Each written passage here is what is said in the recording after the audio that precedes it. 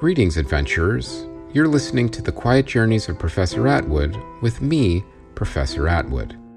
I'm glad you're here, and I can't wait to tell you about my latest journey.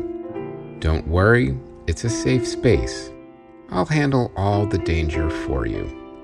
I designed these stories to help you relax, chill anxiety, and go to sleep. Maybe they'll even put a smile on your face, even if it's a sleepy smile. So please, settle in, relax, and prepare to quietly drift off with me to parts known, unknown, and even some places in between. Comfortable? Very well. Let's get underway.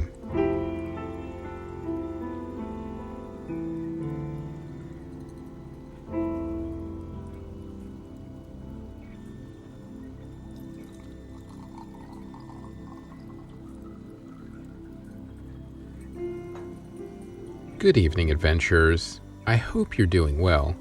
I also hope you're all cozy and settled in because tonight I'm going to tell you all about landing on Mars and a personal, much-anticipated family reunion for me. Now, the Martians have their own customs and hospitality, so I would lead the way for the crew members who hadn't been here before. But the first order of business, especially for me, was checking on the John Carter's crew, who had landed after we protected them from the unusual meteor storm that seemed to be following both of us.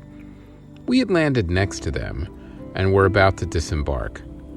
Oddly, the sentient meteor storm had wandered off once we landed, so it didn't seem like something we needed to worry about right now. Now, as you remember from last time, we had blasted off into space on our way to Mars in a mission that was full of mysteries. But we had just solved our first one, which was what happened to the John Carter and her crew. It turned out the sentient meteor storm had prevented them from landing, as well as knocked out their communications array, so that explained why no one had heard from them. Also, their experimental antimatter positronic drive had been so powerful, it overshot the landing site on the first go, and then they got the attention of the sentient meteor storm, which prevented them from trying again. We then intervened with our energy weapons and provided cover so they could land. Now, we had landed next to them, and both crews were preparing to disembark. Mission Specialist Janet had briefed me about the missing Mars mission and some of the other mysteries we were about to face. For instance, how ruins discovered on the planet's surface were not actually Martian ruins. You see, the Martians lived underground, and King Targon and Queen Malanidia were adamant that the ruins were not of Martian origin. But as I mentioned before, that wasn't the oddest thing. The oddest thing was hearing that I had been requested for this mission personally. A friend of mine, Tom, the futurist, who was also on Mars, had personally requested me. This was a considerable surprise, as you can imagine, being requested by a friend who was, of course, from the future.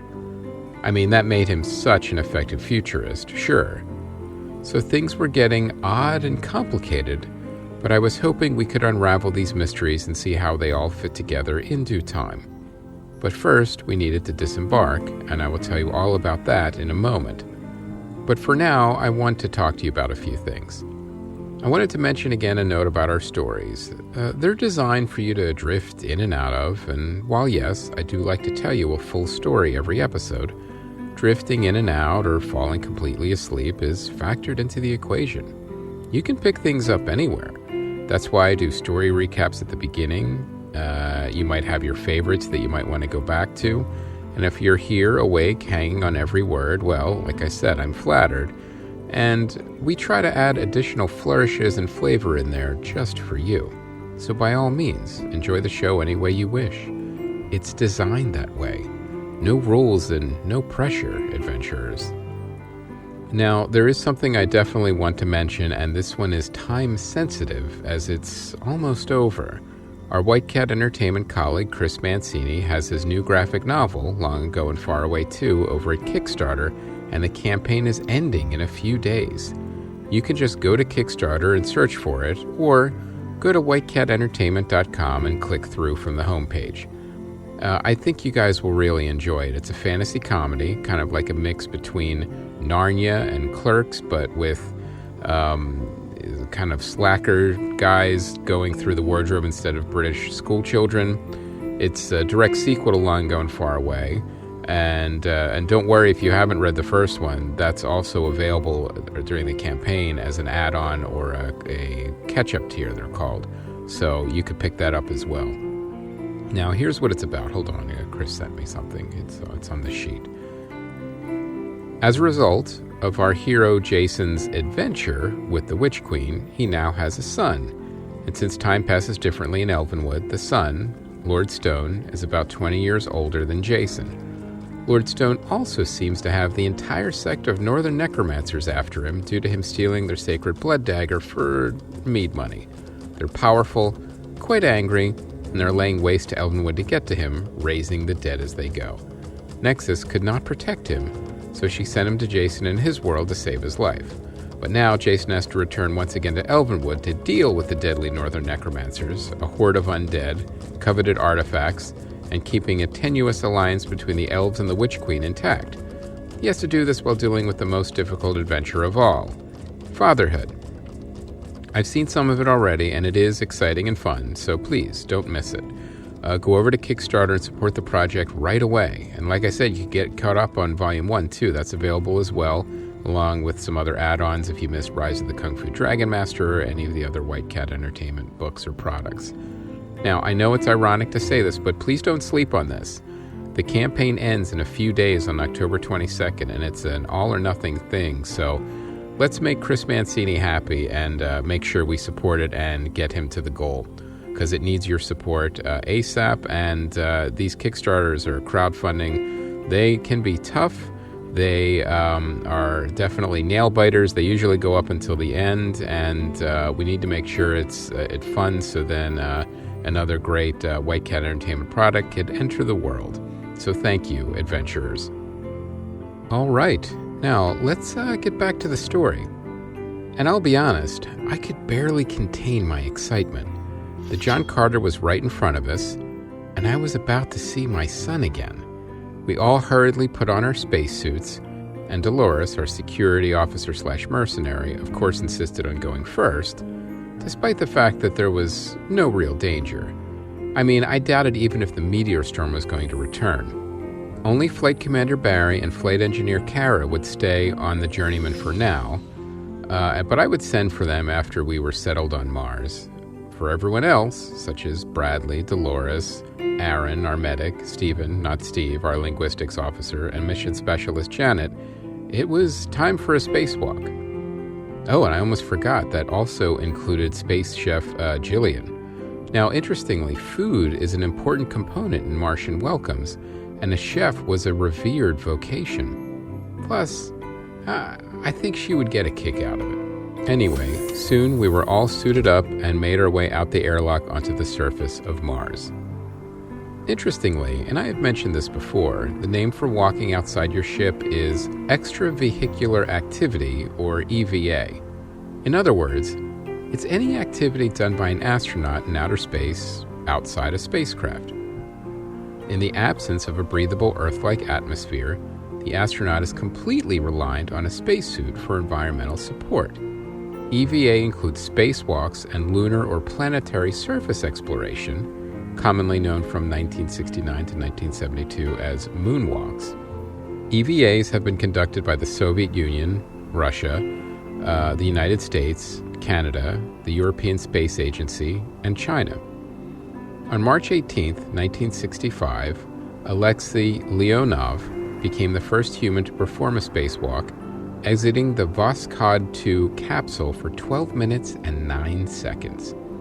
On July 20th, 1969, Neil Armstrong became the first human to perform a moonwalk outside his lunar lander on Apollo 11 for 2 hours and 31 minutes. In 1984, Svetlana Savitskaya became the first woman to perform a spacewalk, conducting EVA outside the Salyut 7 space station for 3 hours and 35 minutes. On the last 3 moon missions, astronauts also performed deep space EVAs on the return to Earth to retrieve film canisters from the outside of the spacecraft. American astronauts Pete Conrad, Joseph Kerwin, and Paul Weitz also used EVA in 1973 to repair launch damage to Skylab, the United States' first space station. And we all know what happened to Skylab. It was a big thing of looking up in the sky to see when pieces were going to fall. EVAs may be either tethered, the astronaut is connected to the spacecraft, oxygen and electrical power can be supplied through an umbilical cable, no propulsion is needed to return to the spacecraft, or untethered. Untethered spacewalks were only performed on 3 missions in 1984 using the Manned Maneuvering Unit, or MMU, and on a flight test in 1994 of the Simplified Aid for EVA Rescue, or SAFER, a safety device worn on tethered U.S. EVAs. Now, NASA planners invented the term extravehicular activity, of course, like I said, abbreviated with the acronym EVA, in the early 1960s for the Apollo program to land humans on the moon, because the astronauts would leave the spacecraft to collect lunar material samples and deploy scientific experiments. To support this and other Apollo objectives, the Gemini program was spun off to develop the capability for astronauts to work outside a 2-person Earth-orbiting spacecraft. However, the Soviet Union was fiercely competitive in holding the early lead it had gained in crewed spaceflight, so the Soviet Communist Party, led by Nikita Khrushchev, ordered the conversion of its single-pilot Vostok capsule into a 2- or 3-person craft named Voskhod in order to compete with Gemini and Apollo. The Soviets were able to launch 2 Voskhod capsules before the U.S. was able to launch its first crewed Gemini. That was what's known as the space race many years ago. The Voskhod avionics required cooling by cabin air to prevent any kind of overheating. Therefore, an airlock was required for the spacewalking cosmonaut to enter and re-enter the cabin while it remained pressurized. Unusually, and by contrast, the Gemini avionics did not require air cooling, allowing the spacewalking astronaut to exit and re-enter the depressurized cabin through an open hatch. Because of this, the American and Soviet space programs developed different definitions for the duration of an EVA. The Soviet, now Russian, definition begins when the outer airlock hatch is open and the cosmonaut is in vacuum. An American EVA began when the astronaut had at least their head outside the spacecraft. The USA has changed its EVA definition since, of course. Mainly it's, you want to try to figure out the way to get the most amount of EVA minutes possible to remain competitive, of course. With all that history in mind, we approached the John Carter just as their airlock opened. Like I said, I could not contain my excitement. I was about to see my son, Patrick, and sure enough, he was the first one out of the John Carter's airlock. We hurriedly reached each other, which still took a little while as, it's a bit slower in Mars gravity, and then we gave each other a big EVA hug.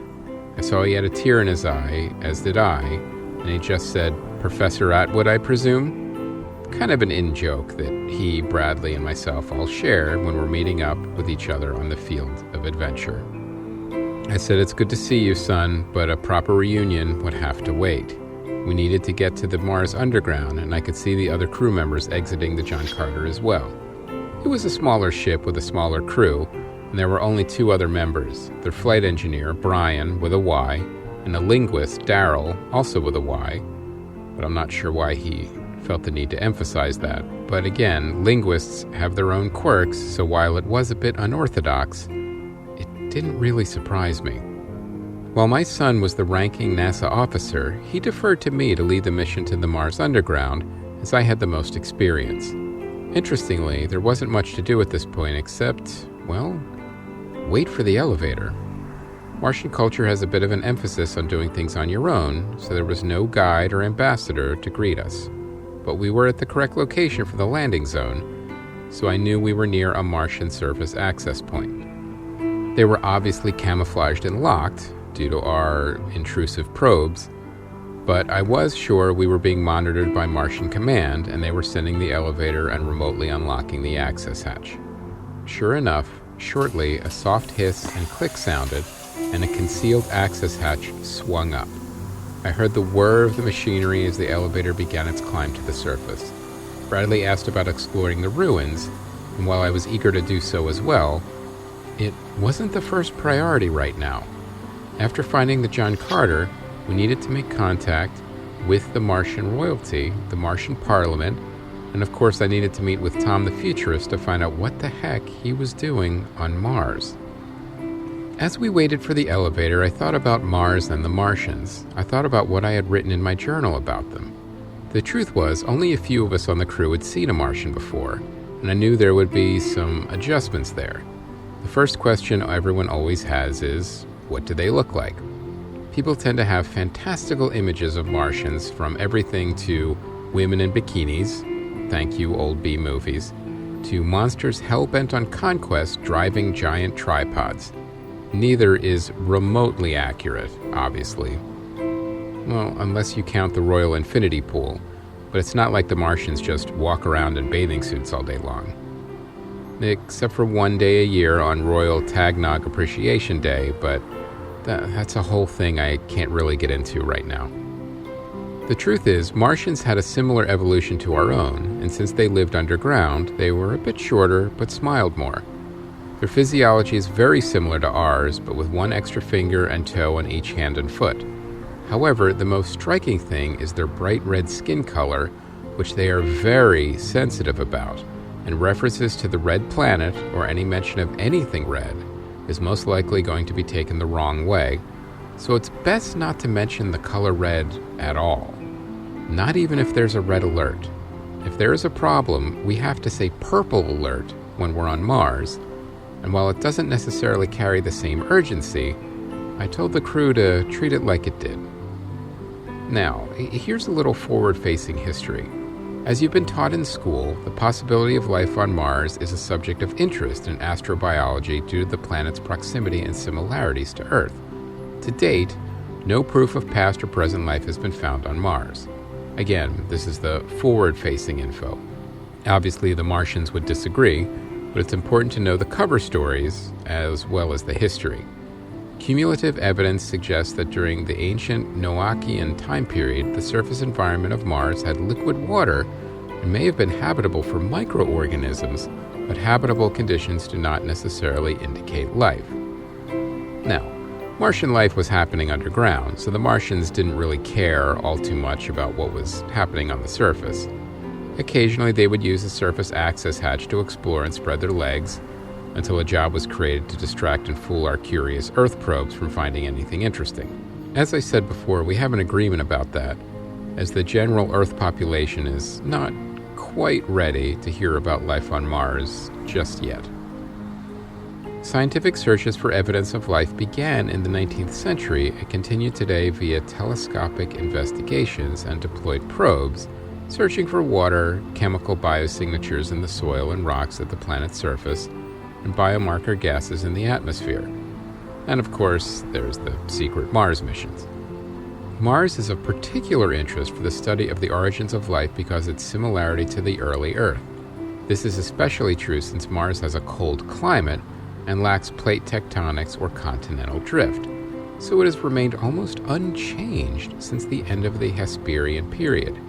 At least 2/3 of Mars' surface is more than 3.5 billion years old, and it could have been habitable since 4.48 billions of years ago, 500 million years before the earliest known Earth life forms.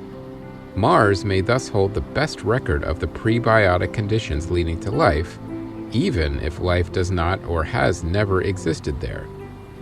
So there you have it. That's what the rest of the world knows when it comes to life on Mars. But you know better, adventurers. There was a gentle ding, and the surface elevator arrived. There was plenty of room and we could all fit in comfortably, even with our spacesuits. The Martians had made the access hatch and elevators quite roomy to accommodate equipment, workmen, and to occasionally bring back an Earth probe that needed repair. Sometimes the Martians would get a little overly enthusiastic with their Earth probe interference, and the probe would need to be repaired to alleviate any suspicion that there was anything else going on Mars. We entered the elevator and I did a quick head count. Everyone was accounted for. I hit the button and down we went. Some of the crew looked a little nervous, but not our medic, Aaron, who looked comfortable anywhere. Of course, it could have been the eye patch, but I wasn't sure. As we descended into the depths of Mars, I thought about one of the challenges for the Mars interference team. That was when NASA dropped a dome-covered seismometer as part of the Mars InSight mission. Boy, did that cause a stir. Thankfully, NASA had given the Martians a heads up to prepare some doctored readings. You see, before NASA's InSight spacecraft touched down on Mars in 2018, the rovers and orbiters studying the red planet concentrated on its surface. The stationary lander's seismometer had changed that, revealing details about the planet's deep interior for the first time. Or so it was thought, as far as released conventional wisdom goes. 3 papers based on the seismometer's data were published, providing details on the depth and composition of Mars' crust, mantle, and core, including confirmation that the planet's center is molten. Earth's outer core is molten, while its inner core is solid. Scientists will continue to use InSight's data to determine whether the same holds true for Mars. Quote, "When we first started putting together the concept of the mission more than a decade ago, the information in these papers is what we hoped to get at the end," said InSight's principal investigator Bruce Bannert of NASA's Jet Propulsion Laboratory in Southern California, who leads the mission. This represents the culmination of all the work and worry over the past decade. Now, I don't know what Bruce's security clearance is, so he may or may not know the truth about Mars, but anyway, this is, the forward-facing press release. InSight's seismometer, called the Seismic Experiment for Interior Structure, or SEIS, has recorded 733 distinct Mars quakes. About 35 of those, all between magnitudes 3 and 4, provided the data for the 3 papers. The ultra-sensitive seismometer enables scientists to hear seismic events from hundreds to thousands of miles away. NASA's InSight lander detected a Marsquake on July 25, 2019, the 235th Martian day or SOL of its mission. Seismologists study the wiggles in seismograms in order to confirm whether they're really seeing a quake or noise caused by wind. Wind is generally the go-to to explain any reading anomalies. Seismic waves vary in speed and shape when traveling through different materials inside a planet. Those variations on Mars have given seismologists a way to study the planet's inner structure. In turn, what the scientists learn about Mars can help improve the understanding of how all rocky planets, including Earth, formed. Like Earth, Mars heated up as it formed from the dust and larger clumps of meteoric material orbiting the Sun that helped to shape our early solar system. Over the first tens of millions of years, the planet separated into 3 distinct layers, the crust, the mantle, and the core, in a process called differentiation. Part of InSight's mission was to measure the depth, size, and structure of these 3 layers. Each of the papers in Science focuses on a different layer. The scientists found the crust was thinner than expected and may have 2 or even 3 sublayers. It goes as deep as 12 miles if there are 2 sublayers, or 23 miles if there are 3. And of course, the Martian living and housing levels were meticulously masked from those readings. And beneath everything is the mantle, which extends 969 miles below the surface. At the heart of the Mars is the core, which has a radius of 1,137 miles. Confirming the size of the molten core was especially exciting for the team. The study is a once-in-a-lifetime chance, said Simon Staller of the Swiss Research University, ETH Zurich, lead author of the core paper. It took scientists hundreds of years to measure Earth's core. After the Apollo missions, it took them 40 years to measure the Moon's core. InSight took just 2 years to measure Mars' core. The Martians gave the NASA scientists a win here. The data was not manipulated. All core readings were actually accurate. The Martians also had little interest in the Martian core. about the same level of interest they have for the surface. We felt the elevator slow again and the doors slid open. Now, all the astronauts had gone through the red level for training at space camp and were prepared for roads, structures, and buildings. But nothing can really prepare you for seeing the Martian civilization under the planet. Everyone was just taken aback and in awe, save for the ones in either crew who had been here before. What strikes you first is how welcoming it feels. It's not like the underground market, which feels warm and cozy. The Martian underground felt bright, open, and airy, even though we were well below the surface. It was a marvel of engineering and perception, and it worked wonderfully. Everyone took a moment to take in the beautiful, bright, colorful Martian scenery. Even the cavern roof had an ingenious combination of projectors and forced perspective to make it look like bright blue sky. At night, it would turn into a cozy star field, but that would happen soon enough. I walked forward and motioned for everyone to follow. We had a little bit of a walk until we got to the inner city, and with gravity only being 38% of Earth, it would take a little time. The Mars first-timers were taking it all in as we walked. I heard some stifled oohs and ahs, which was to be expected. Interestingly, now that we were nearing the inner city, Janet, the mission specialist, put her game face on and became a little extra serious. And, to be honest, she was quite serious to begin with. As we approached the inner city, we began to see the occasional Martian. They waved politely but did not stop. They knew why we were here and didn't want to delay us, even with interplanetary pleasantries. As we continued to walk towards the inner city, I glanced at both crews. The Martian underground had a welcoming and relaxing effect, despite the fact that it was the first time some of my crew had experienced an alien civilization. The Martians were indeed bright red, and I could tell this was a little off-putting for some of the newer crew members, and I saw them do their best to recover from their initial shock and just act like everything was normal. Some of the crew looked to Medic Aaron for inspiration. He was cool as a cucumber, as usual, and I thought to myself, if something did end up rattling him, that's when we may be in trouble. It was different than Dolores. She projected a casualness while she did her job observing everything and everyone, subtly taking everything in. Aaron just wasn't bothered by anything. We were almost at the inner city and there were 2 Martian guards. They greeted us politely and opened the doors to the inner city. I wondered if anyone else on the crew noticed the subtle details of the inner city doors and how they seemed to function like a kind of airlock. Flight engineer Kara did, and I saw her admire them as they closed. Now this was where the Martian emissary met us. He at first didn't say anything and just motioned to a bench, some changing stations, and some hooks inside the now closed Martian gate to the inner city. The crew wasn't quite sure what to do, so I showed them. I took off my helmet. Then I took an outfit that looked like my size and walked to one of the changing areas. The air and gravity were simulated to human levels in the inner city, and they even had Martian clothing waiting for us. It was incredibly soft and comfortable. However, no red, of course. Everyone picked an outfit and walked to one of the private changing areas. My son was the first one back out, and we hugged again. He then promised he would call and visit more, which I appreciated. Janet, the mission specialist, was next and addressed Patrick and myself and mentioned the importance of the terraforming agreement. But it was already understood. There was a lot to get through, and I was confident we could get everything resolved once we understood how these seemingly disparate mysteries fit together. The Martian emissary then greeted us properly once we were changed and said his name was Aklak, and he was new. This was his first assignment, and he was nervous.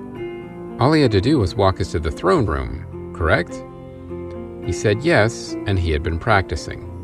I said that showed a lot of dedication and told him to lead the way. He smiled and also relaxed a little, which was good. The Martian Inner City was exactly as advertised. More buildings, more people, and more activity. The biggest difference? They had self-driving hover cars. They were small and sleek and could carry up to 4 Martians at a time, and there were never any collisions. I know it seems like we should already have them in use on Earth, and we do, just in very specific circumstances that's not quite available to the public yet. Now, scientific progress on Earth tends to go a lot slower than I would prefer. And even when there are major breakthroughs, sometimes they have to go through world governments or even worse, PR teams. So regardless, on Earth, things get slowed down a bit. The walk was pleasant, and both crews kept the chatter to a bare minimum, mainly because they were taking in the sights and there was much to see. Shops, restaurants, and office buildings lined the streets as we walked. I think I also saw a movie theater, which seemed new. I did mention that any crew member who had not been here before to pay close attention to the menus in the restaurants and look for the symbol for vegan or human-friendly. Otherwise, the meal may not agree with you. I learned that the hard way my first trip to the Martian Inner City, let me tell you. Akhlaq led us to the palace at the end of the main street, and the guards opened the gates. We had made it. We were about to have an audience with the King and Queen of Mars, and I will tell you all about it next time. But before I end this evening's story, I want to talk to you about something. Sometimes, when you're used to solving problems or issues, you begin to expect them all too frequently. Tonight, there was no problem or issue to solve. We made it to Mars, I was reunited with my son, and we all received some nice new Martian clothing. Sure, there were more things to deal with, but they could wait a little. I want to emphasize that as we go through our own adventures, we should never forget something very important: living in the moment. We had solved the aggressive meteor storm issue, for now, and I wanted to focus on reuniting with my son. When I saw him and we hugged, nothing else mattered. No problems past, present, or future. And when we changed into proper Martian attire inside the inner city, we hugged again, and that moment was even more powerful.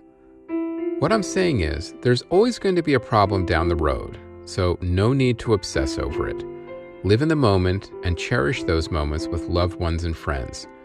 Those moments deserve your full attention. Let them have it. Good night, adventurers.